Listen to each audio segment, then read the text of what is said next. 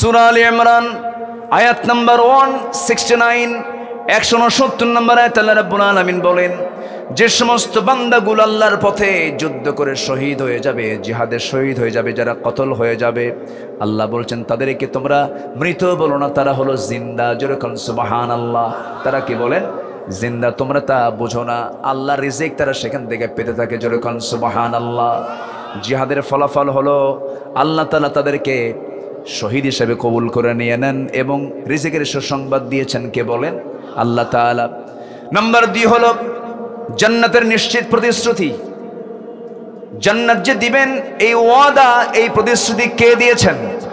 আসতে বলবেন না, কে দিয়েছেন? সূরা তাওবার 111 নম্বর আয়াতে আল্লাহ রাব্বুল আলামিন বলেন, যারা পারেন ঠোঁট মিলিয়ে বলুন, ইন্নাল্লাহা আশতারা মিনাল মুমিনিনা আনফুসাহুম ওয়া আমওয়ালাহুম বিআন্না লাহুমুল জান্নাহ يقاتلون في سبيل الله فيقتلون ويقتلون وعدا عليه حقا في التوراة والإنجيل والقرآن ومن أوفى بعهده من الله فاستبشروا ببيعكم الذي بايعتم به وذلك هو الفوز العظيم جربون الله أكبر আল্লাহ নিজে বলছেন, জান মাল দাও আমি তোমাকে জান্নাত দেব। জোরে বলি আল্লাহু আকবার। আল্লাহর ওয়াদা ভঙ্গ হয়? আল্লাহর ওয়াদা ভঙ্গ হতে পারে? সবচেয়ে সত্য কথা কে বলেন? সবচেয়ে ওয়াদা রক্ষাকারী তিনি কে? আল্লাহ তাআলা। নাম্বার 3 হলো যে ব্যক্তি জিহাদ করবে, আল্লাহর সাহায্য এবং মজবুত অবস্থানের সুসংবাদ আল্লাহ রাব্বুল আলামিন দিয়েছেন। ইয়া আইয়ুহাল্লাযীনা আমানু ইন তানসুরুল্লাহা ইয়ানসুরকুম ওয়া ইউসাব্বিত আকদামাকুম। ও বান্দারা, তোমরা যদি আল্লাহকে সাহায্য করো, আল্লাহ তোমাকে সাহায্য করবেন এবং তোমাদের কদমকে আল্লাহ রাব্বুল আলামিন মজবুত করে দিবেন। জোরে বলেন সুবহানাল্লাহ। আমরা কি আল্লাহর পথে আমরা সাহায্য করব না ইনশাআল্লাহ? জোরে বলি ইনশাআল্লাহ। নাম্বার 4 হলো জিহাদের মাধ্যমে কুফফার শক্তিকে পরাভূতকরণ, ইসলামের সুরক্ষা। আউযু বিল্লাহি মিনাশ শাইতানির রাজীম। বিসমিল্লাহির রাহমানির রাহিম।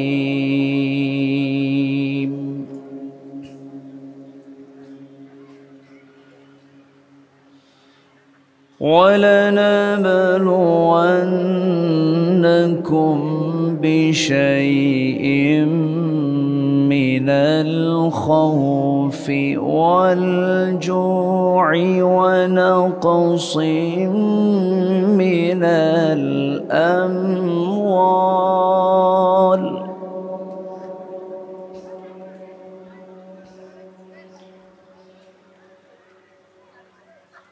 مِّنَ الْأَمْوَالِ وَالْأَنفُسِ وَالثَّمَرَاتِ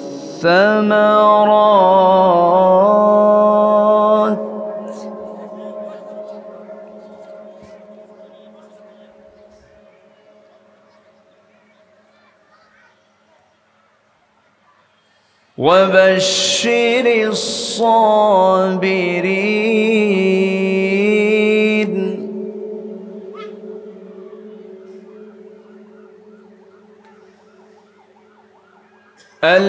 الَّذِينَ إِذَا أَصَابَتْهُم مُّصِيبَةٌ قَالُوا إِنَّا لِلَّهِ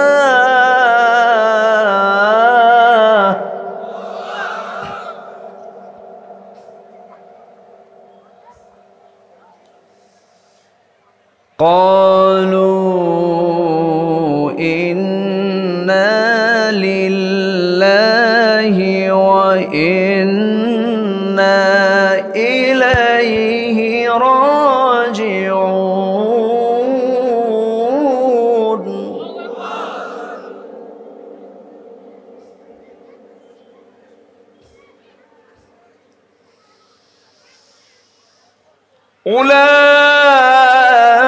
أولئك عليهم صلوات من ربهم ورحمة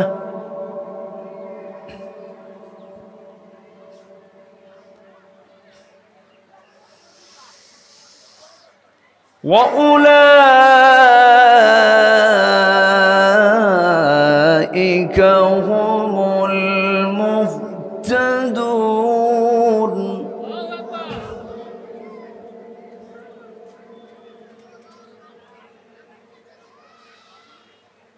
الله أكبر. بسم الله الرحمن الرحيم.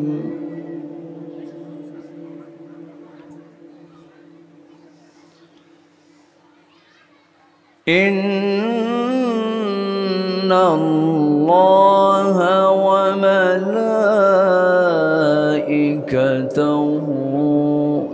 يصلون على النبي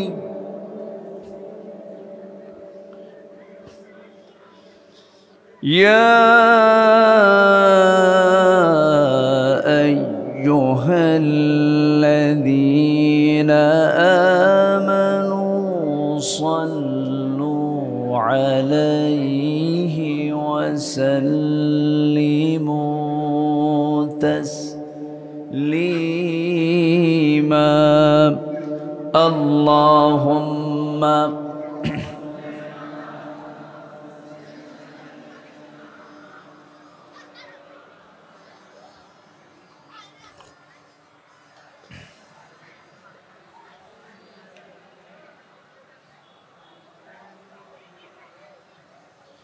একটু মোহাব্বত দিয়ে নবীর প্রেমে মাতোয়ারা হয়ে জবান খুলে সবাই বলুন আল্লাহুম্মা।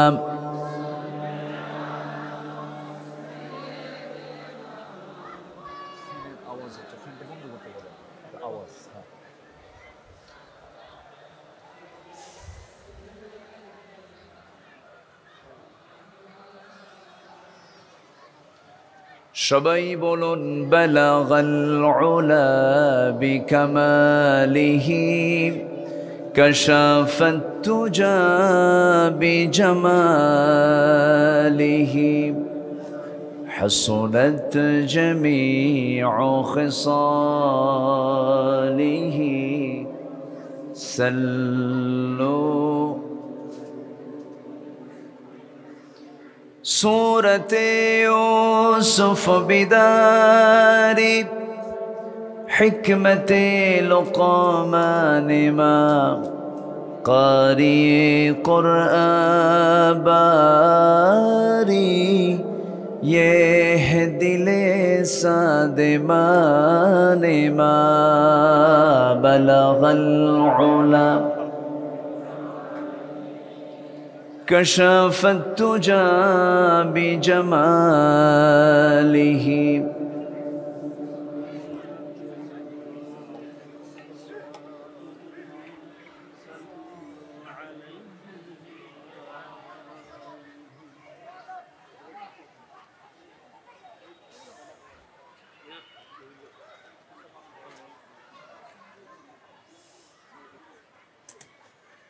দেশের উত্তরাঞ্চল রংপুর অঞ্চলের রংপুর জেলার সদর উপজেলার খলিয়া গঞ্জপুর বাজার জায়ে মসজিদ মাহফিল ইন্তেজামিয়া কমিটি কর্তৃক আয়োজিত দিনের বেলা অনুষ্ঠিত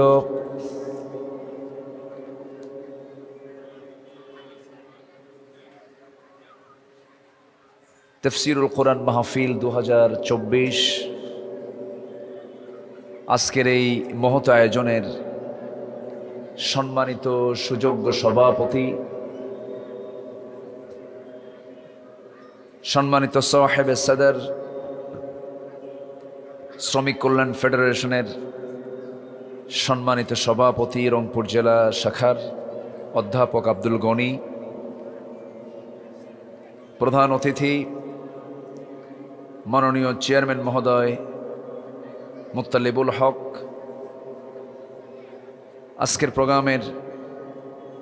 আজকের প্রোগ্রামের বরেণ্য অতিথিবৃন্দ, বিশেষ করে আমার পূর্বে কথা বলেছেন আমার অত্যন্ত কাছের হাফিজুল কোরআন মাওলানা আব্দুল্লাহ মামুন, উপস্থিত হাজারাত উলামায়ে কেরাম, ফদলায়ে ইজম, সুশীল সমাজ, জাতির শ্রেষ্ঠ সন্তান শিক্ষক মণ্ডলী, জাতির বিবেক সাংবাদিকবৃন্দ, সামনে উপস্থিত দূরে কাছের বিভিন্ন স্থান থেকে ছুটে আসা কালেমার ঝান্ডাবাহী, তাওহীদের পতাকাবাহী, দ্বীন ইসলামের নর শারদুল বীর মুজাহিদ, প্রাণ প্রিয় সম্মানিত দ্বীনি ভাইরা, আড়ালে বসে আছেন শ্রদ্ধেয়া সম্মানিতা মা বোনেরা, আলোচনার সূচনায় আনুষ্ঠানিকতার মধ্য দিয়ে আমার পক্ষ থেকে আবারও দিল খোলা সালাম, আসসালামু আলাইকুম ওয়া রাহমাতুল্লাহি ওয়া বারাকাতুহু। সবাই কেমন আছেন? আমাকে প্রশ্ন করে ফেলেছেন যে এটা হচ্ছে মোহাব্বতের নমুনা। আল্লাহ তাআলা আমাকে আপনার মতোই আপনার কাতারেই রেখেছেন। বলছি আলহামদুলিল্লাহ। আমি ভাবতেই পারিনি আজকে এই জনস্রোত নামবে। আমি যখন রাস্তায় সিরাজগঞ্জ থেকে প্রচণ্ড বৃষ্টি, ক্যাটস অ্যান্ড ডগস, মানে মুষলধারে বৃষ্টি চলছে এবং গোটা দেশেই এই বৈরী আবহাওয়া, আমি কমিটিকে ফোন দিয়ে বলি, ভাই মাহফিল করবেন কেমনে? আকাশ তো কানা, মানে আকাশ তো বৃষ্টি হচ্ছে। হুজুর আমাদের এখানে কোনো বৃষ্টি নাই, আপনি চলে আসেন। আলহামদুলিল্লাহ, আল্লাহ তাআলা আমাদেরকে এই বৈরী আবহাওয়ার মাঝে কোরআন শোনার একটা পরিবেশ তৈরি করে দিয়েছেন। বলি আলহামদুলিল্লাহ, জোরে বলি আলহামদুলিল্লাহ, চিৎকার মেরে বলছি আল্লাহুম্মা ইন্নী আসআলুকা আল হুদা ওয়াত তুকা ওয়াল আফাফা ওয়াল গিনা। সবাই বলি আল্লাহুম্মা লাকা আসলামতু ওয়া বিকা আমানতু ওয়া আলাইকা তাওয়াক্কালতু ওয়া ইলাইকা আনাবতু ওয়া বিকা খাসামতু। আমরা আল্লাহ তাআলার শুকর আদায় করে নিলাম। সম্মানিত হাজিরিন, সময় খুবই অল্প, আজান হয়তো কিছুক্ষণের মধ্যে দিয়ে ফেলবে, যদিও এটা উত্তম নয়। আসসালাতু আলা ওয়াক্তিহা, ইন্নাস-সালাতা কানাত আলাল মুমিনিনা কিতাবাম মাওকুতা। ইমানদারের দায়িত্ব হচ্ছে নামাজটাকে অসময়ে পড়া না সময়ে পড়া? সময়ে পড়া। কমিটি আমাকে দিতে একটু বিলম্ব করেছেন, আর একটু আগে দিলে নামাজের হকটাও সঠিকভাবে আদায় হতো। এখন কিছু করার নেই, হাজার হাজার মানুষের সমাগম, একটু যদি বিলম্বে আমরা পড়ি, এটা নিয়ে আবার ফতুয়াবাজি হবে না তো? আমার দেশে ভুল ধরার লোক কম না বেশি? নিজে ভুলের সাগরে আছেন কিন্তু ভুল ধরিতে ছাড়েন না, এরকম আছে না নাই বলেন তো?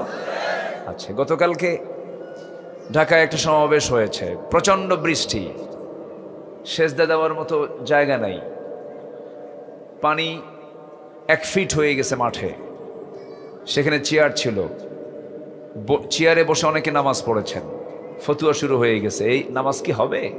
এরকম বিভিন্ন প্রশ্ন। যে জাতির 5% লোক নামাজ পড়ে না, সেই চিন্তা নাই মাথায়, নামাজ যারা পড়ে তাদের ভুল ধরা যায় কেমনে সেই চিন্তায় পেরেশান। আছে না নাই?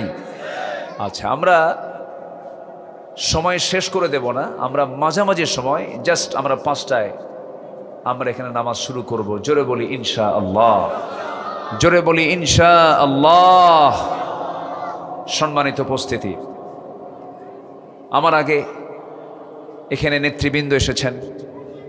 আগে তো নেতৃবৃন্দ আসতো দাড়ি চাচা লোক, নামাজ নাই, কালাম নাই, গাঁজা খায়, মদ খায়, চোর বাটপাররা তারা মঞ্চ দখল করে রাখত। এখন আমরা কিছুটা পরিবেশ ফিরে পেয়েছি, বলি আলহামদুলিল্লাহ। খ্যাকশিয়াল বিদায় হলেও কিছু পাতিশিয়াল কিন্তু আছে এখনো। চাঁদাবাজি, তারপরে টেন্ডারবাজি, এই সমস্ত কারবার এখনো যারা এর সাথে এই সমস্ত কাজের সঙ্গে জড়িত আছেন, হাত ভেঙে দেওয়া দরকার। আমাদের সতর্ক থাকার দরকার আছে না নাই? সতর্ক থাকতে হবে। প্রথম রক্ত ঝরেছে কোন জেলা? বলেন বলেন বলেন, কোন জেলা? রং যেন না পাল্টে, রং যেন ঠিক থাকে, রং যেন বেরং না হয়। আল্লাহ কবুল করুন, জোরে বলি আমিন। সম্মানিত ভাইয়েরা, এই যে হাজার হাজার মানুষের জনস্রোত, এটা বাতিলদের গায়ে সহ্য হয় না। ওরা লাখ লাখ টাকা খরচ করে, জন প্রতি টাকা দেয়, তাও ওদের জনসভায় লোক হয় না। আর এখানে দিনের বেলার কর্মদিবস, আজকে সকল কর্ম ফেলে, ব্যবসা ফেলে, পরিবার সমাজের সকল কাজ ফেলে দিয়া এই যে হাজার হাজার মানুষের এই ঠিক দুপুরবেলা বিকালবেলার যে অংশগ্রহণ, এটা প্রমাণ করে এদেশের মানুষ আসলে কোরআনকে মন থেকে, দিল থেকে ভালোবাসে। বলি আলহামদুলিল্লাহ, আরো জোরে বলি আলহামদুলিল্লাহ। রংপুরে, থামেন, বসেন। রংপুরে কি নাই? রংপুরে র আছে, আবার পাগলা পীরও আছে। সুস্থ পীর নাই, পাগলা খেনা আছে। পাগলা কখনো পীর হয় না, যে পীর হবে সে সুস্থ পীর হবে। রসুল কি পাগল ছিলেন? রসুলকে অসুস্থ না সুস্থ? রসুলকে পাগল বলা হয়েছে। রসুলকে পাগল, কিন্তু রসুল কি পাগল ছিলেন? একটা কথা মাথায় রাখবেন, অসামাজিক, অসুস্থ, মস্তিষ্ক বিকৃত, অসামাজিক ব্যক্তি কখনো আল্লাহওয়ালা হতে পারে। কথা ক্লিয়ার? হ্যাঁ। যে উলঙ্গ থাকে ওর আবার শরীয়ত কি? যে উলঙ্গ থাকে তার কি কোনো শরীয়ত আছে নাকি? সে কখনো আল্লাহওয়ালা হতে পারে? হ্যাঁ, হয়তো বা তার দ্বারা গুনাহ হতে না পারে, সে পাগল, তারপরে শরীয়ত সাবেত হবে না, কিন্তু আপনি তাকে মডেল মনে করতে পারেন। মুরব্বী কিছুক্ষণ আগে কথা বলেছেন একটা, সেটা হলো ওনার দেখা মতে এই 53 বছরে এত বড় জনসমাগম এই মাঠে কখনো হয়নি। বলি আলহামদুলিল্লাহ। এটা অন্য কিছুর আকর্ষণ নয়, এটা আব্দুল্লাহ আমিন আসছে এটার জন্য নয়।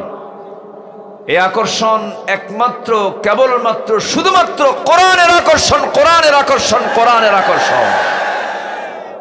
সম্মানিত ভাইয়েরা, আমার একটা বিষয় আমার কাছে খুব সুস্পষ্ট মনে হয়। বিশ্বের 2 শতাধিক রাষ্ট্রের ভিতরে একটা রাষ্ট্র সুজলা সুফলা শস্য শ্যামলা সোনার বাংলাদেশ, 54,000 বর্গ মাইলের 64,000 গ্রাম বাংলার, সাগর বেষ্টিত, নদীনালা খালবিল, পাহাড় বেষ্টিত এত সুন্দর একটি জনপদ এই বাংলাদেশে আমার মনে হয় খুব বেশি দিন দূরে নয়, এদেশের পূর্ব দিগন্তে ইসলামের সূর্যোদয় হয়ে যাবে ইনশাআল্লাহ। খুব বেশি দিন দেরি নয়। কেন বলছি আমি এটা? দিন কায়েমের জন্য যা চান আল্লাহ তাআলা, এই জাতি তা দেওয়া শিখেছে। এক্সাম্পল দেওয়ার জন্য আর আমাদের ফিলিস্তিন যেতে হয় না, আমাদের মিশরের দিকে যেতে হয় না, আমাদের আরবের দিকে যেতে হয় না। হ্যাঁ, অবশ্যই তাদের তো অবদান আছে, কিন্তু ওই জাতীয় অবদান সাহাবীদের উত্তরসূরি হয়ে আমার দেশেও কিছু জান মাল কোরবানি করে দেওয়ার মতো লোক আছে না নাই? জান মাল কোরবানি দিয়েছেন, হাসতে হাসতে ফাঁসির মঞ্চে গিয়েছেন, এরপরে অঙ্গহানি করা হয়েছে, চোখ তুলে ফেলা হয়েছে, আয়না ঘরে রাখা হয়েছে, এরপরও তার ঈমান থেকে, ইসলাম থেকে এক চুল পরিমাণ নড়েন নাই। অতএব আমার বিশ্বাস, এই দেশেই একটি ইসলামী রাষ্ট্রের পূর্ণ একটি মডেল এই দেশে গড়ে উঠবে ইনশাআল্লাহ। জোরে বলে ইনশাআল্লাহ। কিন্তু কিছু মুনাফিক আছে, এটা মাথায় রাখতে হবে। কিছু মুনাফিক আছে না নাই, এটা মাথায় রাখতে হবে। আমি বলেছি এই ফ্যানটা বন্ধ করে দেন, আওয়াজ বন্ধ করেন। সম্মানিত ভাইয়েরা, আমার দিকে তাকান। আমি খুব বেশি সময় নিয়ে কথা বলতে পারবো না, তবে যতটুকু কথা বলবো আমি আমল যদি করি এই কথাগুলোই যথেষ্ট। বলি আলহামদুলিল্লাহ। এই পৃথিবীতে যত ভাষণ দিয়েছে পৃথিবীতে মানুষ, এর মধ্যে শ্রেষ্ঠ ভাষণ দিয়েছেন মুহাম্মদ সাল্লাল্লাহু। তার ভাষণ ছিল বিদায় হজের ভাষণ, যেই ভাষণটা ছিল নাতি দীর্ঘ মাত্র 25 থেকে 30 মিনিট, আর আমি পেয়েছি প্রায় 1 ঘন্টা। তো সময়কে আমি কম পাইলাম না বেশি পাইলাম? রসুল মাত্র 20 থেকে 25 মিনিটে তার কথা সম্পূর্ণ করে দিয়েছেন। তাহলে কি দামি কথা বলার জন্য কি বেশি সময় লাগে? বেশি সময় লাগে? দামি কথা কি আমার না আল্লাহর? আসুন আল্লাহ তাআলা কি বলছেন একটু সোজা আমরা কোরআনের দিকে আস্তে আস্তে চলে যাই। সম্মানিত ভাইয়েরা, কি অহংকার করে বলে ফেললো হাসিনা পালায় না, বললো না? ভাবসাবি আলাদা না? হাসিনা পালায় না, তাহলে পালাইলো কে? সম্মানিত ভাইয়েরা, আলেমরা পালায় না, আলেমরা পালায় না। যার জ্বলন্ত সাক্ষী আল্লামা সাঈদ রাহিমাহুল্লাহ। 2009 সালে একই বছরে হজে গিয়েছি। 2009 সালে আমার ফার্স্ট হজ, আর আল্লামার জীবনের শেষ হজ। এরপরে আর তার হজ করার সুযোগ এই জালিম সরকার দেয়নি। উনি যখন হজ সম্পূর্ণ করলেন, ওনাকে বলা হলো যে দেশে ট্রাইব্যুনাল গঠন হচ্ছে, আপনার এখন না যাওয়াটাই ভালো মনে হয়, আপনি যায়েন না, আপনি দেশে থেকে যান, সিটিজেনশিপ নিয়ে নেন এই দেশেই। ওনাকে সিটিজেনশিপ দিতে পারে এমন রাষ্ট্র একটা আছে না বহু আছে? তার সম্মানে কি কোনো অভাব ছিল? উনি রয়্যাল গেস্ট হয়ে গিয়েছিলেন জীবনের শেষ হজ করতে। রয়্যাল গেস্ট, একদম সৌদি আরবের রাজকীয় মেহমান হয়ে তিনি গিয়েছিলেন। উনি বললেন না আমার দলের কর্মী জেল খাটবে আর আমি বিদেশে বসে বসে আরামে আরামে খাবো, এমন নেতৃত্ব রাসূল শিখান নাই। আমার দলের কর্মীও জেল খাটবে, আমিও জেল খাটবো। আলহামদুলিল্লাহ বলবেন না? জোরে বলি আলহামদুলিল্লাহ। তাহলে নেতার আদর্শ কি হবে? কর্মীকে যত্নের সঙ্গে দেখতে হবে, কর্মীর দিকে খেয়াল করতে হবে। আমার নবীজি মার খেয়েছেন উহুদের ময়দানে কম না বেশি? সকল সাহাবীর চাইতে সবচেয়ে বেশি মার খেয়েছেন মুহাম্মদ সাল্লাল্লাহু। আমার নবীজি আগে খেতেন না খাওয়াতেন? বলেন বলেন বলেন। আগে খাওয়াতেন। আর আমার দেশের নেতাগুলো আগে খাওয়ায় না আগে খায়? খায় না খাওয়ায়? শুধু খায় না, খাইয়ে তো শেষ হয়ে যেত। শুধু খায় না, 11 লক্ষ কোটি টাকা দেশ থেকে তারা পাচার করেছে। তাদের নেতৃত্ব দেওয়ার কোন অধিকার থাকতে পারে না। রাজি আছেন কারা কারা? হাত উঁচু করে দেখান মুসলমান।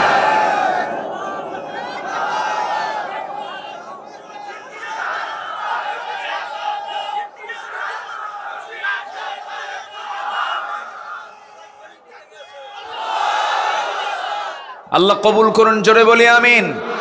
আরো জোরে আমিন। নেতৃত্ব মানতে গেলে নেতৃত্ব মানতে হবে হচ্ছে মূল নেতৃত্ব হচ্ছে মুহাম্মদ সাল্লাল্লাহু। মুহাম্মদ সাল্লাল্লাহু। আমার দেশে দুটো ধারার নেতৃত্ব চলে। একজন বাপ নিয়ে ব্যস্ত, আরেকজন স্বামী নিয়ে ব্যস্ত। একজনের বাপের দেশ, আরেকজনের স্বামীর দেশ, মাঝখান থেকে আমরা শেষ। ওগুলো আমরা করি না, ওগুলোর কাছে আমরা যাব না। আমরা যাব মূল নেতৃত্ব হচ্ছে মুহাম্মদ সাল্লাল্লাহু আলাইহি ওয়াসাল্লাম। কষ্ট পাচ্ছেন নাকি আপনারা? কষ্ট পাইলেও কিছু করার নাই।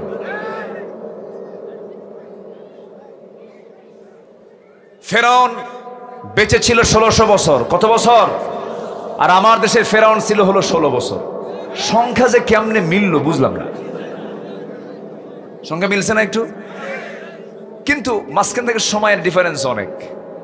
1600 কোথায় আর 16 কোথায়, এই আমাদের দিন যায় না, অস্থির হয়ে যায়। কখন এই জুলুম শাহী থেকে আমরা বাঁচবো? 18 কোটি তৌহিদি জনতা ছিল আসামি, আর গোটা দেশকে বানিয়েছিল তারা জেলখানা, ঠিক কিনা? আমার দেশের এই 16 বছর মানুষ বেশি ছিল না আসামি বেশি ছিল? আসামি, ঘরে ঘরে আসামি। সম্মানিত ভাইয়েরা, আমরা একটা পরিবেশ ফিরে পেয়েছি, কিন্তু আসল কাজ এখনো হয়নি। আসল কাজ হবে কোরআনটাকে জায়গা মতো পৌঁছায় দেওয়া। কোরআনটাকে কোথায় পৌঁছায় দেওয়া? জায়গা মতো। আমরা দেখতে চাই বাইতুল মুকাররমের যিনি ইমাম হবেন, বাইতুল মুকাররমের জুমার খুতবা যিনি দিবেন, তিনি হবেন বঙ্গভবনের বাসিন্দা। বঙ্গভবনের যিনি বাসিন্দা হবেন তিনি বাইতুল মুকাররমের খতিব হবেন। কোন সরকারে নিযুক্ত কোন ইমাম খতিব আমরা দেখতে চাই না, আমরা দেখতে চাই রাষ্ট্রপতি হবেন জুমার খতিব, ঠিক কিনা? এই চিত্র আমরা দেখতে চাই, এই চিত্র চিত্রায়িত হবে বাংলার মাটিতে, জোরে বলি ইনশাআল্লাহ। সম্মানিত ভাইয়েরা, কিন্তু আমাদের কাজ করার ক্ষেত্রে দুটো জিনিস লাগবে, একটা হলো সবর আর একটা হলো জিহাদ। সবর আর কি? আর কোন সবর আর কি?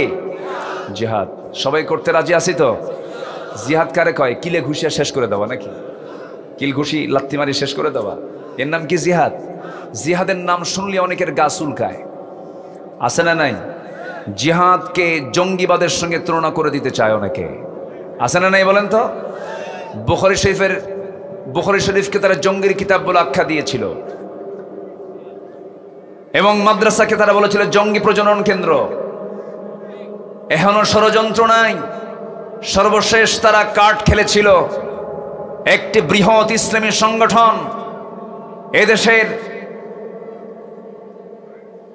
কয়েক যুগ ধরে এদেশে ইসলামী দিন প্রতিষ্ঠার জন্য যে একটি বৃহৎ ইসলামী সংগঠন বাংলাদেশ জামাত ইসলামী এই কাজ করে যাচ্ছে, ওরা কিন্তু ঠিকই চেনে যে কোনটা হক দল। কোন দলের নিবন্ধন বাতিল করেনি, কোন দলকে নিষিদ্ধ করেনি, আরো তো ইসলামী দল ছিল, কিন্তু ওরা টের পেয়েছে কোন ইসলামী দল আমাদের জন্য হুমকির কারণ হতে পারে। ওরা ওদের শত্রুকে চিহ্নিত করে নিষিদ্ধ করার 7 দিনও যায় নাই, ওরা নিষিদ্ধ হয়ে গেছে। ক্লিয়ার কথা? কথা ক্লিয়ার? তাহলে হক দল কোনটা এটা চেনার জন্য একজন মনীষী বলেছেন, বাতিলের বন্দুকের নলের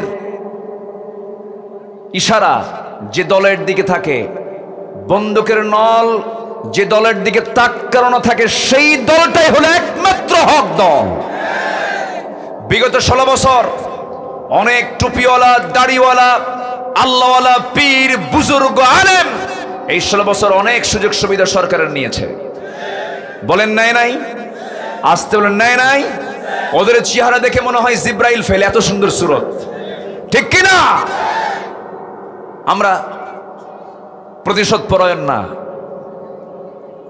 আল্লাহ পাক আমাদেরকে ক্ষমা করতে শিখিয়েছেন, আল্লাহ ক্ষমাশীল, আমরাও ক্ষমা বুঝি আমরা, কিন্তু মুনাফিকের ব্যাপারে কোনো ছাড় হবে না।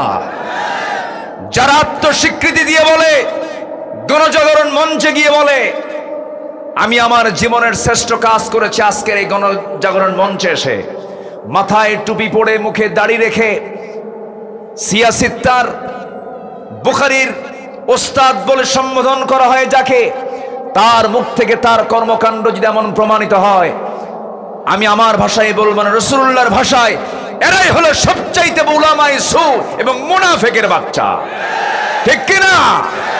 আমাদের সতর্ক থাকার দরকার আছে না নাই? বানায় বলে হুজুর আসছেন, ওয়াজ করতেছেন, ভালো কথা।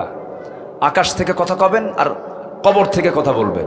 আকাশ আর কবর দুনিয়া আমরা দেখব, কিন্তু দেখছেন এত বড় বাটপার, এত বড় বদমাইশ আছে না নাই? ওরা গেছে কই? ওরা কই এখন? ওরা আছে কোথায়? ইতিহাস থেকে শিক্ষা নাও, ক্ষমতার মিসইউজ করো না।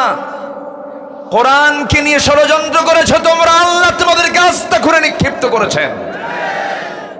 কোরআনকে সম্মান দেওয়ার দায়িত্ব প্রত্যেকটা মুসলমানের আছে না নাই? আসতে বলবেন না আছে না নাই? কোরআন কার? আসতে বলবেন না কোরআন কার? নাজিল করেছেন কে? এটাকে কেউ নির্মূল করতে পারবে? যে নির্মূল করতে আসবে সে নির্মূল হয়ে যাবে, ঠিক কিনা? সম্মানিত ভাইয়েরা, আমি যেখান থেকে তেলাওয়াত করেছি, আল্লাহ তাআলা বলছেন, বান্দা আমি তোমাকে অবশ্যই পরীক্ষা করব। এই ওয়াদাটা কার? আসতে কার? সে পরীক্ষা কি এসএসসি, ইন্টারমিডিয়েট, অনার্স, মাস্টার্স? এই পরীক্ষা কিসের? ইমানের। বলেন কিসের? বলেন বলেন কিসের পরীক্ষা? ইমানের। এখানে আমরা কি বেঈমান কেউ আছি? আসতে কয়, এখানে কেউ বেঈমান আছেন? সব আমরা কি ইমানদার। নামাজ না পড়ি, নামাজ না পড়ি, হুজুর কি করেন? নামাজ নাই কিন্তু হুজুর ইমান তোমার দারুণ পাকা, আছে না নাই? আচ্ছা, অনেকে বলে ইসলামী দল ক্ষমতায় কেন যায় না, ইসলামী দলকে মানুষ কেন ভোট দেয় না, বলে অনেকে, খুব তর্ক যুক্তি করে। আপনি একটু হিসাব করবেন তো, ফজরের নামাজে যাবেন মসজিদে, কয়জন যায়? গ্রামের লোক সংখ্যা কত আর ফজরের মুসল্লি সংখ্যা কত? মুয়াজ্জিন আজান দেয় না? মুয়াজ্জিন আজান দেয় কি না? তো মুয়াজ্জিনকে খারাপ কয় না ভালো কয়? ভালোই তো বলে, হাইয়া আলাস সালাহ, আসো নামাজের দিকে আসো। যায় 60 জন, সেই 60 জনের একটার বয়স 80 বছর, আর একটা 79 বছর, আর একটা 78 বছর, আর একটা 73 বছর। কমন নড়ে না, বাড়িতে বউ নাই, বুড়ি মরে গেছে, দেখার কেউ নাই, ওই ঠ্যাং ধরে ধরে লাঠি ভর ভর করে মসজিদের দিকে চলে আসে। আর ইয়াং যেগুলো বিশাল বডি, 3টা পর্যন্ত গাঁজা খায়া শীত হয়ে পড়ে থাকে, ঠিক কিনা? কিন্তু ইমানদার, কিন্তু কি ইমানদার। তাহলে ইমান আনতে গেলে, ইমানদার হতে গেলে সবার আগে কয় ওয়াক্ত নামাজ? আসতে বলবেন না কয় ওয়াক্ত নামাজ? প্রত্যেকটা গ্রামের বাসিন্দাদেরকে আমি জানিয়ে দিতে চাই এবং মাতব্বরদেরকে জানিয়ে দিতে চাই, প্রযুক্তির কল্যাণে 64,000 গ্রাম বাংলার প্রতিটি দায়িত্বশীলকে জানিয়ে দিতে চাই, মসজিদের মধ্যে বসে তালিকা করুন কোন বাড়ির লোক নামাজ পড়ে আর কোন বাড়ির লোক নামাজ পড়ে না। কি কথা কি বুঝতেছেন আপনারা? গ্রামে গ্রামেই তালিকা করার দরকার আছে না নাই?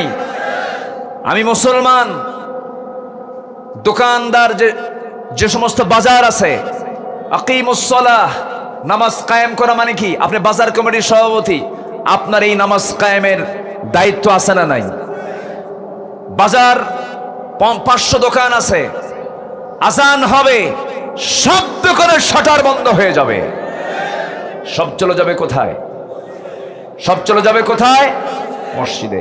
এরকম করে নামাজের একটি আন্দোলন, নামাজ আদায় যেন হয় প্রত্যেকটা জায়গায়, মসজিদের হক যেন আদায় হয়, এই কাজ করার দায়িত্ব হুজুরদের একার না সবার? একার না সবার?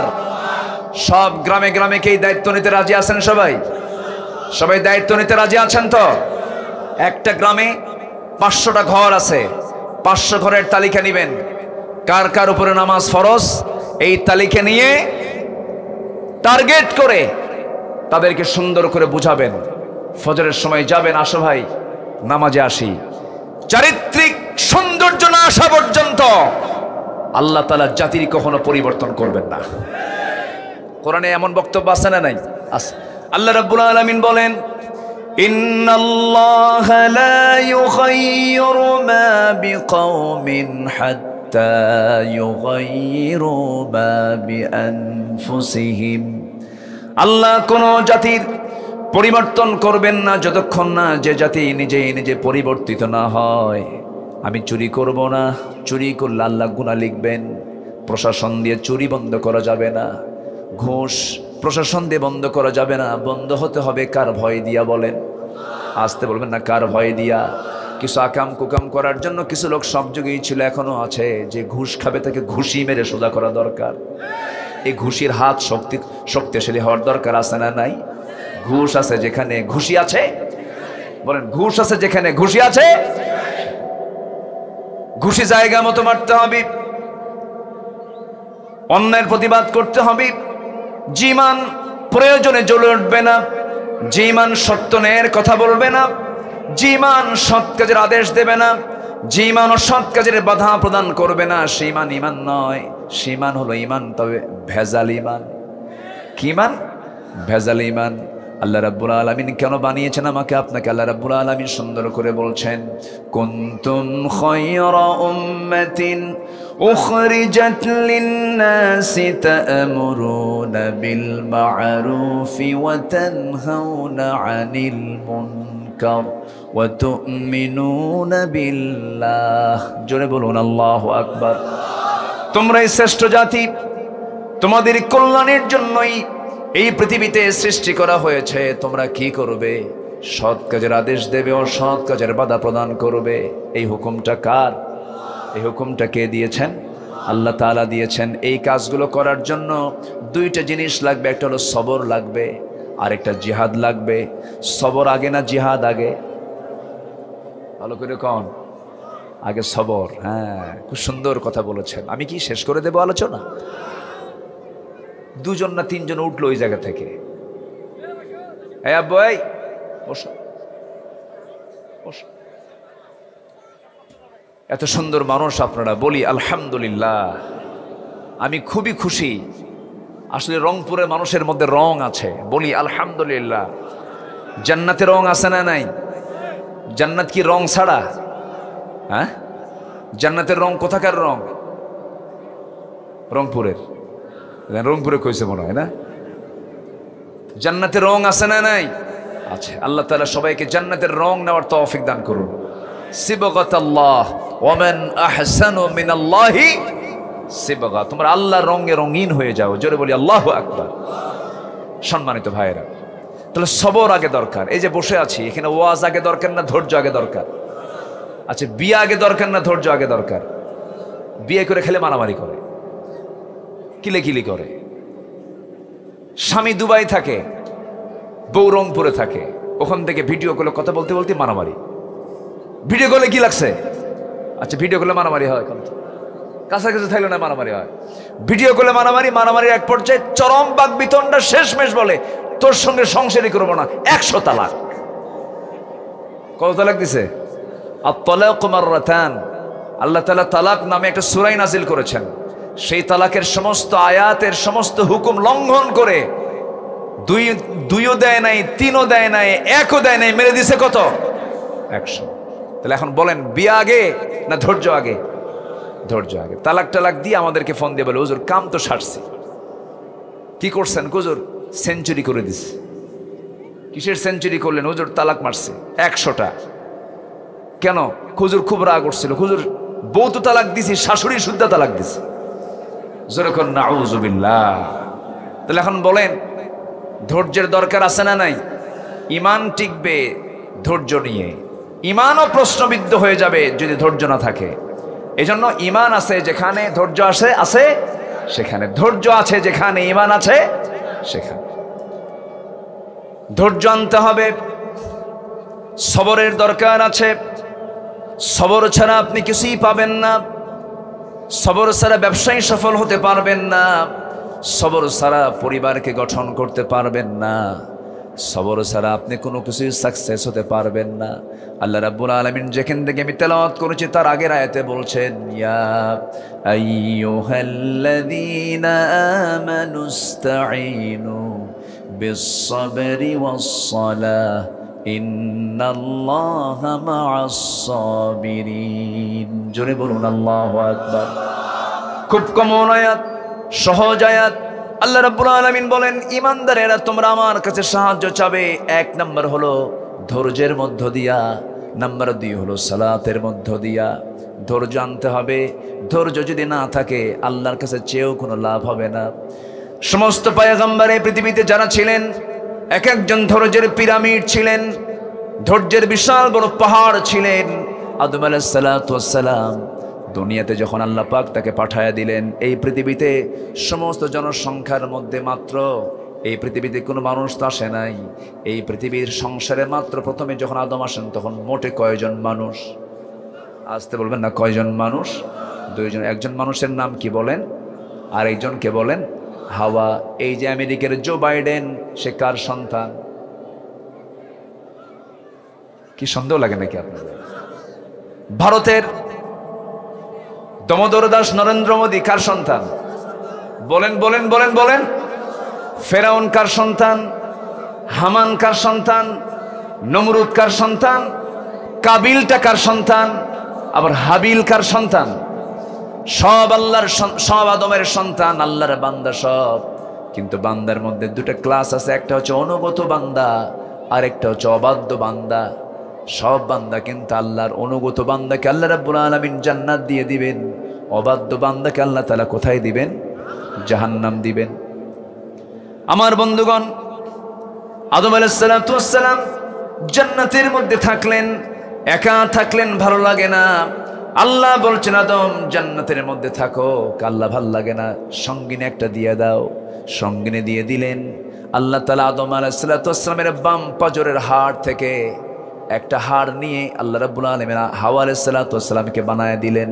এখন বলেন, হাড়ের সংখ্যা পুরুষের কম না নারীর কম? আসতে কয়, হাড়ের সংখ্যা কার কম? এখনো পুরুষের হাড়ের সংখ্যা একটা কম। মেয়েদের কি কম আছে? মেয়েরা কয় আমাদের কম দিছে। কি কথা বোঝেন?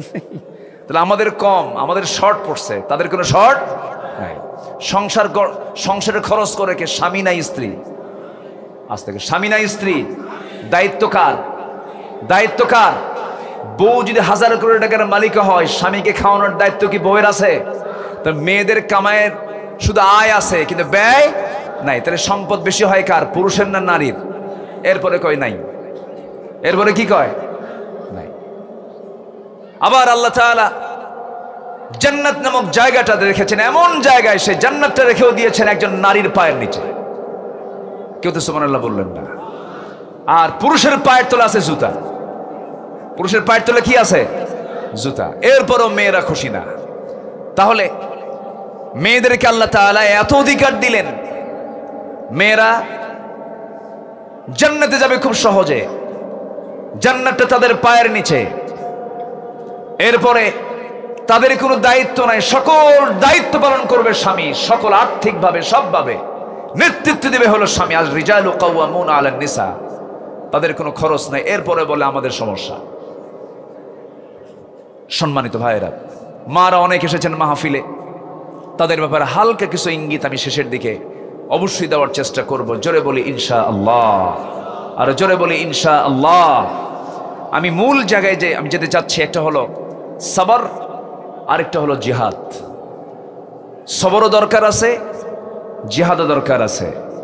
জিহাদে একমাত্র ইমানদার যেতে পারে, মুনাফিক কখনো জিহাদে যেতে পারে না। মুনাফিক নামাজ পড়ে, মুনাফিক রোজা রাখে, মুনাফিক দান সদকা করতে পারে, মুনাফিক হজ করতে পারে, মুনাফিক মসজিদ বানাতে পারে, মুনাফিক মাদ্রাসা বানাতে পারে, মুনাফিক মুখে দাঁড়িয়ে রাখতে পারে, মুনাফিক মাথায় টুপি আনতে পারে, মুনাফিক লম্বা কাপড় পরতে পারে, মুনাফিক দাড়িতে লাল বানাতে পারে।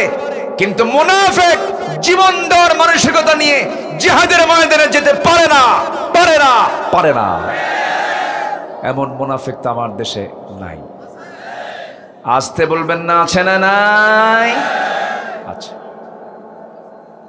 মুনাফিকের অভাব আছে আমার দেশে? আছে না নাই? আচ্ছা, আমার বন্ধুগণ একটু কানটা লাগায় শোনেন। এই জিহাদের দাম কত, জিহাদের গুরুত্ব কত। আল্লাহ রাব্বুল আলামিন কোরআনে কারীমে নামাজের হুকুম দিয়েছেন ৮৬ বার। যেখানে নামাজের কথা বলেছেন সেখানে যাকাতের কথা বলেছেন। আল্লাহ রাব্বুল আলামিন নামাজ পড়ার কথা বলেছেন মাত্র একবার। নামাজ কায়েমের কথা বলেছেন ৮৭ বার বলেছেন, ৮০ বারেরও বেশি বার বলেছেন। কিন্তু আল্লাহর পথে, আল্লাহর দিন কায়েমের জন্য, আল্লাহর পথে যে জিহাদ করতে হবে, এই হুকুমটা আল্লাহ পাক একবার বলেননি, দুবার বলেননি, ১০০ বার বলেননি, ২০০ বার বলেননি, প্রত্যক্ষ পরোক্ষভাবে প্রায় ৩০০ বারেরও বেশি বার বলেছে। জোরে বলি সুবহানাল্লাহ, আরো জোরে বলি সুবহানাল্লাহ। এই দেশ স্বাধীন হয়েছে কোন সালে? বলেন বলেন, প্রথম যে আমরা শুনেছি, বলেন বলেন বলেন। ১৯৭১ দেশ স্বাধীন হয়েছে। এর আগে আরেকবার এই দেশ স্বাধীন হয়েছিল কোন সাল? বাবাজিরা, মুরব্বী যারা আছেন তারা বলেন। কেন 47? ইতিহাস জানতে হবে তো। 1947 ব্রিটিশরা শাসন করেছিল 200 বছর। ওই ব্রিটিশ খেদায়া প্রথম স্বাধীনতা এসেছিল ইস্ট পাকিস্তান ওয়েস্ট পাকিস্তান মিলে 1947 সালের 14 আগস্ট 15 আগস্ট ভারত এবং পাকিস্তান দুই দেশ স্বাধীন হয়ে গেল। 47-এর পর আবার আসলো কোন সাল আমাদের বলেন? 71। আবার আসছে কোন সাল? এই যুবকরা আসো তোমরা, কই আওয়াজ তো দেখি না। কোন সাল বলো?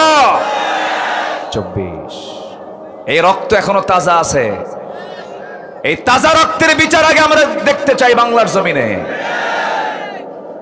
সম্মানিত ভাইয়েরা, আবু সাইদ দুহাত উঁচু করে বন্দুকের নলের সামনে তাক করে দাঁড়িয়েছিল।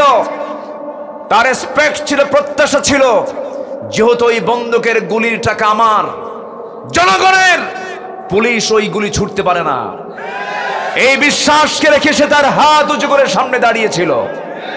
কিন্তু বিশ্বাসঘাতকতার দায়িত্ব পালন করে আবু সাইদ সহ এই সম্ভাবনাময় এই ছাত্রদেরকে যারা হত্যা করেছ, বাংলার জমিনের সবার আগে এই হত্যার সুষ্ঠু বিচার আমরা চাই। চান কারা কারা? হাত উঁচু করে দেখান মুসলমান।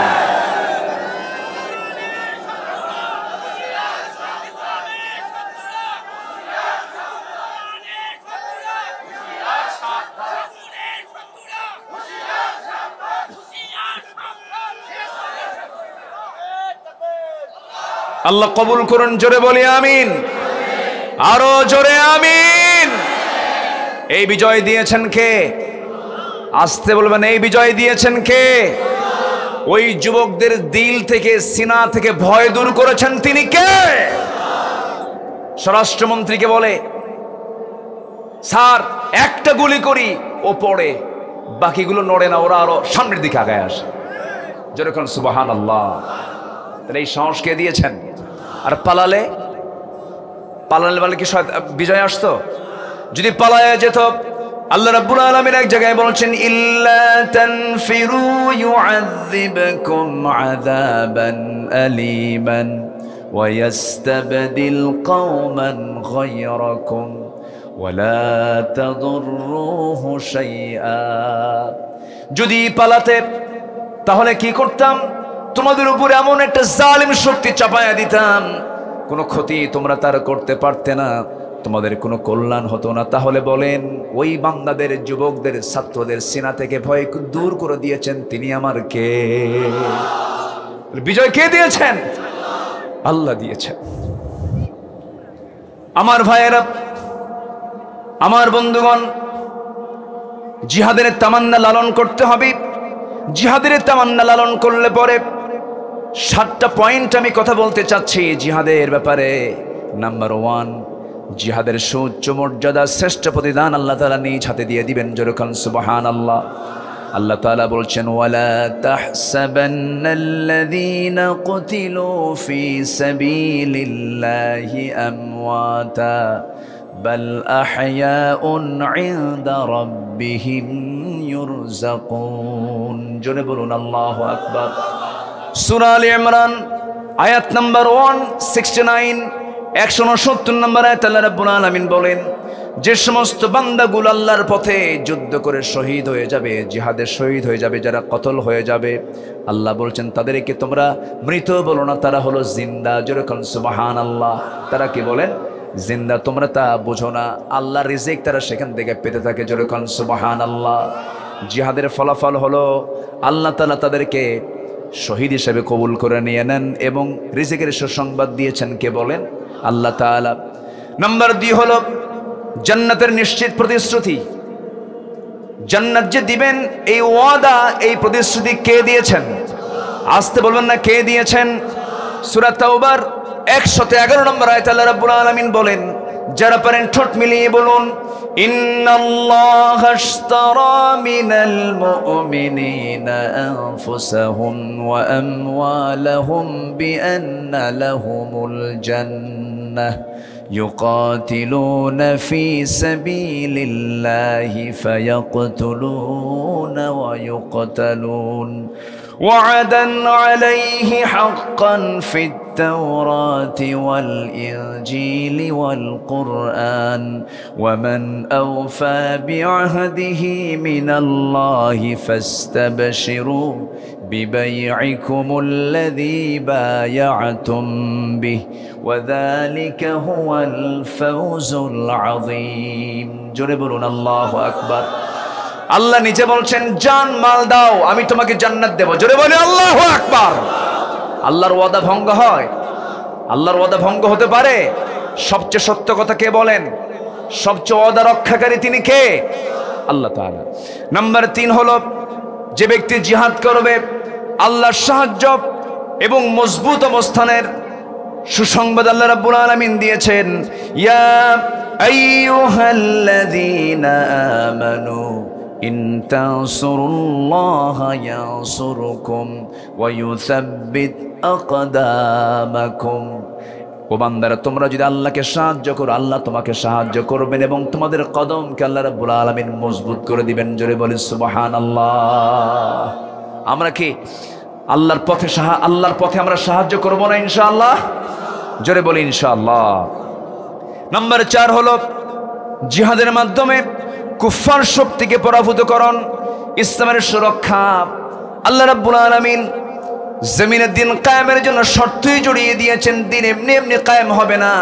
এমনি এমনি যদি কায়েম হতো আমার নবীকে মক্কা ছেড়ে মদিনায় যাওয়া লাগতো না ইব্রাহিম আলাইহিস সালাতু ওয়াস সালামকে নিজ বাড়ি ছেড়ে তাকে আগুনে নিক্ষেপ করা হলো যে সেই আগুনের মধ্যে 40টা দিন রাত তিনি কাটালেন সেখান থেকে আবার তিনি নাজাত পেলেন দেশ ছাড়লেন মুসা আলাইহিস সালাতু ওয়াস সালাম দেশ ছেড়েছেন ইব্রাহিম আলাইহিস সালাতু ওয়াস সালাম দেশ ছেড়েছেন আমার নবীও দেশ ছেড়েছেন গালি শুনেছেন হামলা খেয়েছেন মামলা খেয়েছেন হাজারো ঝড় ঝপটে এসেছে একমাত্র কারণ ওই সমস্ত আম্বিয়া কিরামদের বক্তব্য একটাই ছিল এই জমিনে কারো শাসন চলবে না একমাত্র শাসন চলবে কার আসতে বলবেন না কার বাপ যায় একদিকে বেটা যায় আরেকদিকে ইব্রাহিম আলাইহিস সালাতু ওয়াস সালাম বলেন আব্বা এগুলো শিরকের কাজ এগুলো করা যাবে না এমন বাপ আল্লাহ তাআলা ইব্রাহিমকে দান করেছিলেন যার বাপ ছিল শুধু মূর্তি পূজক না মূর্তি বানাতো নিজের হাতে মূর্তি বানায়া সেই মূর্তি বিক্রি করতো এমন রব যে রব বেঁচে খায় যে রব কি খায় মানে রব কি করে খায় বেঁচে খায় মানে রবই বেঁচে শেষ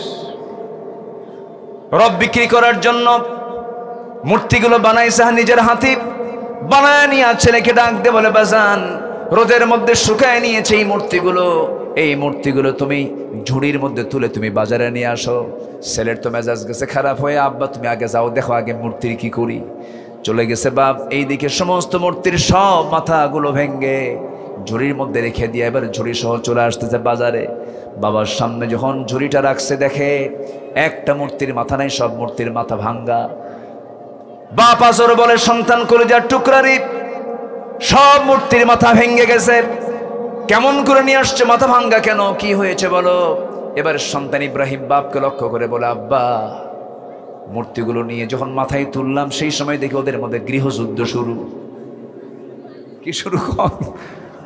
এমন মারামারি শুরু করছে আর থামে না বললাম থাম থাম বারবার বলতে বলতে মাথা থেকে নিচে নামাতে সবগুলোর মাথা শেষ এখন বাপ মনে মনে কয়ে বাজান কোন মাইটটা দিলে আমি তো বুঝতে পারছি আমি যদি প্রশ্ন করি এই মূর্তি তো মারামারি করার যোগ্যতা নাই সেই সময় তুই বলবি যে মূর্তি তার নিজের রক্ষার জন্য এমন শক্তি রাখে না সেই মূর্তি আপনার রব হয় কেমনে কর্ম দিয়ে বুঝিয়ে দিয়েছেন বাবা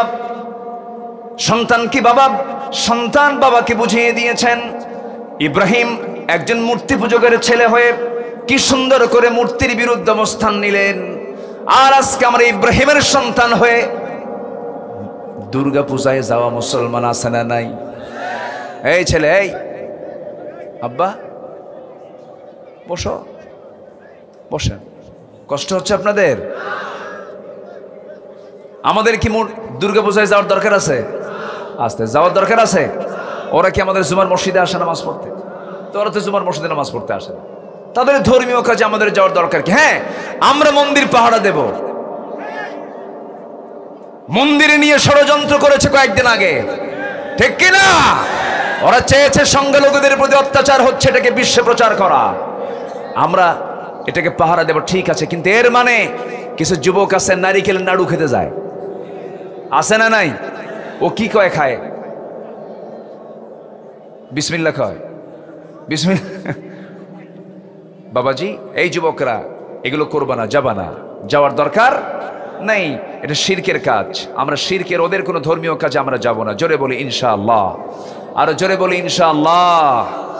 সম্মানিত ভাইয়েরা, অথচ তার সন্তান হয়ে আজকে আমরা কি, আজকে আমাদের সন্তানরা কি করছে, আমাদের সমাজের কিছু মানুষ তারা কি করছে। তবে হ্যাঁ, 6 অগাস্টে জন্মের মতো সব ভেঙ্গে সোজা করছে, করে নাই? দেখেন নাই আপনারা? দেখেন নাই?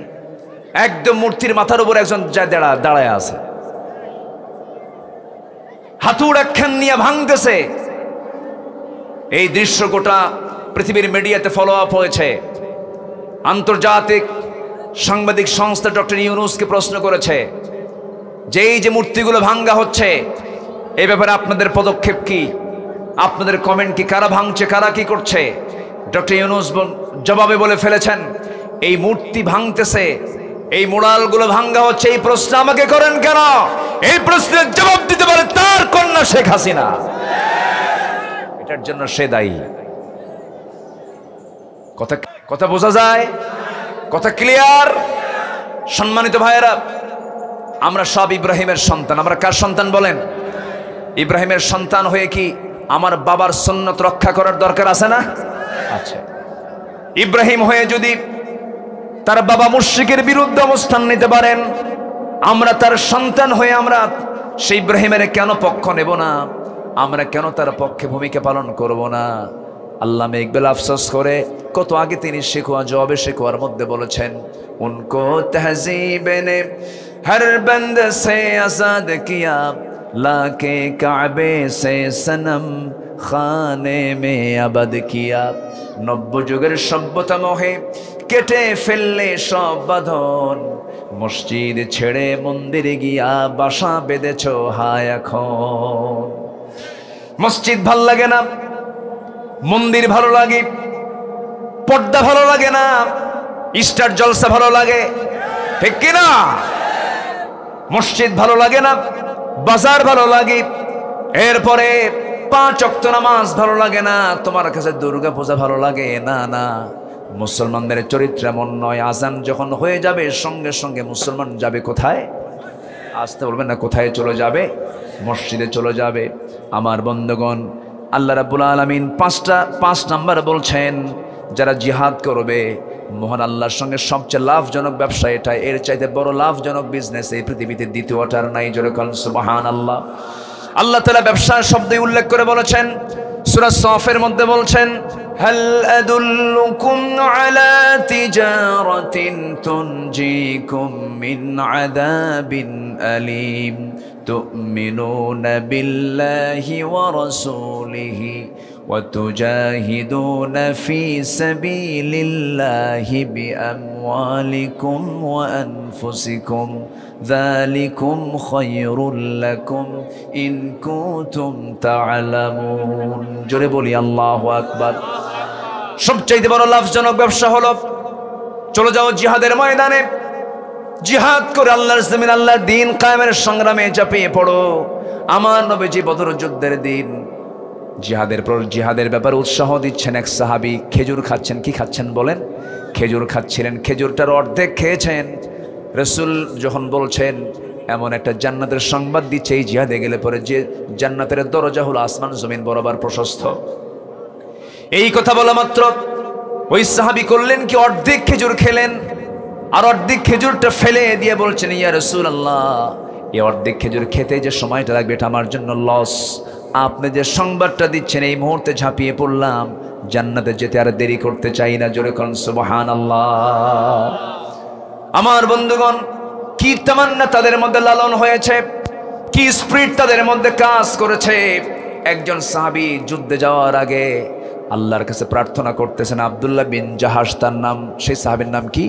আব্দুল্লাহ বিন জাহাশ রাদিয়াল্লাহু তাআলা আনহু। তিনি দোয়া করছেন, আল্লাহ, আমি যে জিহাদের ময়দানে যেতেছি, ইসলাম বিজয়ী করার জন্য, দিনকে বিজয়ী করার জন্য। শত্রুদের মোকাবেলায় আমি দাঁড়িয়ে যাব। তোমার কাছে আমি এক নম্বরে কামনা করব, আমি যেন আমার হাতটা শক্ত রাখতে পারি, আমি যেন বাতিলদের মোকাবেলা করতে পারি। এক পর্যায়ে তারা যেন আমাকে ধরাশয়ী করে ফেলে, তারা যেন আমাকে শহীদ করে ফেলে, তারা যেন আমার নাক কেটে নেয়, আমার কান কেটে নেয়, আমার চোখ তুলে নেয়, আমার পা কেটে নেয়, আমাকে যেন অঙ্গহানি করে ফেলে। ও আল্লাহ, এই অঙ্গহানির দেহ নিয়ে যখন হাসরের ময়দানে তোমার সামনে আমি যখন দাঁড়িয়ে যাব, সেই সময় তুমি আল্লাহ আমাকে বলবে, আব্দুল্লাহ বিন জাহাস, ফিমা যদি আনফুক ও উযুনুক, তোর নাক কেন কাটা, কান কেন কাটা, হাত কেন কাটা, পা কেন কাটা? সেই সময় বলবো, আল্লাহ তোমার জমিনে তোমার দিন কায়েমের জন্য জান দিয়ে, মাল দিয়ে যুদ্ধে এসেছি, যুদ্ধ করতে গিয়ে শহীদ হয়েছি, এই জন্য আমার হাত কাটা, আমার পা কাটা, আমার চোখ তোলা, আমার নাক কাটা শুধুমাত্র তোমার জন্য, তোমার সন্তুষ্টির জন্য। আল্লাহ সেই সময় তুমি বলবে, আজকে তোর কোনো হিসাব নিলাম না, বিনা হিসাবে তোকে আমি আল্লাহ জান্নাত দিয়ে দিলাম। জোরে বলি সুবহানাল্লাহ, আরো জোরে বলি সুবহানাল্লাহ। আমার বন্ধুগণ, উহুদের ময়দানে আব্দুল্লাহ বিন জাহাসের লাশ ছিন্ন বিচ্ছিন্ন হয়ে পড়ে আছে, চোখ নাই, কান কাটা, নাক কাটা, হাত কাটা, পা কাটা আব্দুল্লাহ বিন জাহাস পড়ে আছেন। আমার নবীজি উহুদের ময়দানে, আমার নবীজি রক্তাক্ত হয়েছিলেন। উহুদের ময়দানে আমার নবীজি হারিয়েছিলেন দুটা দাঁত। কটা দাঁত বলেন? দুটা দাঁত হারিয়েছিলেন। কপালের মধ্যে লোহা বিদ্ধ হয়েছিল, গালের মধ্যে লোহা বিদ্ধ হয়েছিল। আমার নবীজির মাথা বরাবর পাথর মেরেছিল। আমার নবীজির সেই পাথরের আঘাতে নবীজির হেলমেটের চিকন ফলা কপালের মধ্যে গেঁথে গিয়েছিল। আরেকটা আঘাত এনেছিল গাল বরাবর, গালের মধ্যে শিরস্ত্রাণের চিকন লোহা ঢুকেছিল। আমার নবীজি মুখ থুবড়ে জমিনে পড়ে গেলেন, দাঁত ভেঙে গেল। নবীজির মুখে রক্তগুলো গড়ে গড়ে দাড়িটা লাল হয়ে গেছে, জুব্বা লাল হয়ে গেছে। আমার নবীজির শরীর থেকে এত পরিমাণ রক্ত ঝরেছে, নবীজি মুখ থুবড়ে পড়ে গেলেন। গোটা কুরাইশদের মধ্যে সব দিকে রুমার ছড়েছে, রাসূল দুনিয়া থেকে বিদায় নিয়েছেন। সাইয়েদনা আলী তন্ন তন্ন করে খুঁজে খুঁজে রাসূলকে বের করার জন্য চেষ্টা চালাচ্ছেন। গিয়ে দেখেন নবীজি একটা গর্তের মধ্যে উপর হয়ে পড়ে আছেন। আমার নবীজিকে সেই জায়গা থেকে তুললেন এবং সাইয়েদনা আলী বলছেন, ইয়া রাসূলুল্লাহ, এই উহুদের ময়দানে যে সমস্ত কাফের বেঈমানরা আপনাকে রক্তাক্ত করেছে, আপনি তাদেরকে লানত করুন।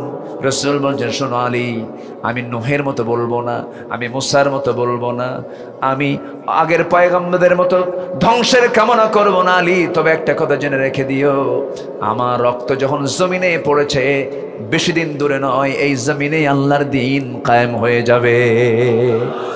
আমার নবীজি সাইয়েদনা আলীর কোলে উঠলেন, তাকে কোলে করে নিয়ে চলে গেলেন, উঁচু জায়গায় শোয়া দিল। নবীজির মাথায় লোহা, কেউ বের করতে পারে না। উবাইদ ইবনুল জাররাহ দাঁতটা লাগায়া দিলেন, এত জোরে টান মারলেন, লোহাটা বের হলো। উবাইদের সামনের দুটো দাঁত ভেঙে পড়ে গেল। রাসূল বলছেন, উবাইদা, এই দুটো দাঁত তোমার ভাঙলে অযথা আস্তে টান দিলে তো এমনি বের হতো, লোহা তো তোমার দাঁতটা ভাঙতো না। সাইয়েদনা উবাইদা বলেন, ইয়া রাসূলুল্লাহ, হাত দিয়ে টান দিলে আপনি কষ্ট পাবেন, আপনার চুল পরিমাণ কষ্ট হোক এটা আমি চাই নাই। আপনাকে মোহাব্বত করতে গিয়ে শুধু দাঁত কেন, আমার কলেজে ছিঁড়ে দিলেও তাও রাজি আছি, কিন্তু আপনাকে চুল পরিমাণ কষ্ট দিতে রাজি নই। আমার নবীজির গালের লোহা টান মারা হলো, ফিঙ্কি দিয়ে রক্তগুলো গড়ে গড়ে পড়ে। সাইয়েদনা উবাইদ ইবনুল জাররাহ হাতের অঞ্জলি দিয়া রক্তগুলো হাতের মধ্যে রাসূলকে না দেখায়া চুষে চুষে পান করছেন। রক্ত পান করা তো জায়েজ নাই। রাসূল দেখে ফেলছেন। রাসূল দেখে ফেলে বলছেন, আলী ও উবাইদা, তুমি কার রক্ত পান করো, কি খাও? হুজুর, আপনার রক্ত কোন জমিনে ফেলবো, আমি ফেলার জায়গা পাইলাম না। আমার নবীজি বললেন, ওরে উবাইদা, আমার রক্ত তোমার দেহে যখন প্রবেশ হয়েছে, এই দেহটা জাহান্নামের জন্য আল্লাহ পাক হারাম করে দিয়েছে। দিন কায়েমের জন্য আমার নবীজি কপাল বিদ্ধ হয়েছে লোহা দিয়া, গাল বিদ্ধ হয়েছে লোহা দিয়া। দিন কায়েমের জন্য দাঁত দুটো ভেঙে পড়ে গেছে। সারা জীবন উহুদের ময়দান থেকে মৃত্যু পর্যন্ত আমার নবীজির সামনের দুটো দাঁত ছাড়া কথা বলেছেন, অস্পষ্ট কথা বের হয়েছে।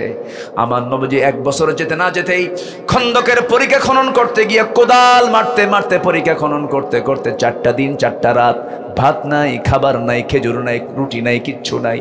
কোদাল মারতে মারতে দেখা গেল আমার নবীজির কোমরটা কুঁজো হয়ে গেছে। আমার নবীজি মৃত্যুর দিন পর্যন্ত কোমর সোজা করে দাঁড়াতে পারেন নাই। দিন কায়েমের জন্য যদি আমার নবীজির কোমর যেতে হয়, কোমর দিতে হয়, কোমর কুজা করতে হয়, দাঁত ভাঙতে হয়, রক্ত ঝরাতে হয়, দেশ পালাতে হয়, হিজরত করতে হয়, মার খেতে হয়, জেল খাটতে হয়, সেই দিন কায়েমের জন্য সবাই কি জিহাদ করতে রাজি আছেন? রাজি আছেন কারা কারা? হাত উঁচু করে দেখান।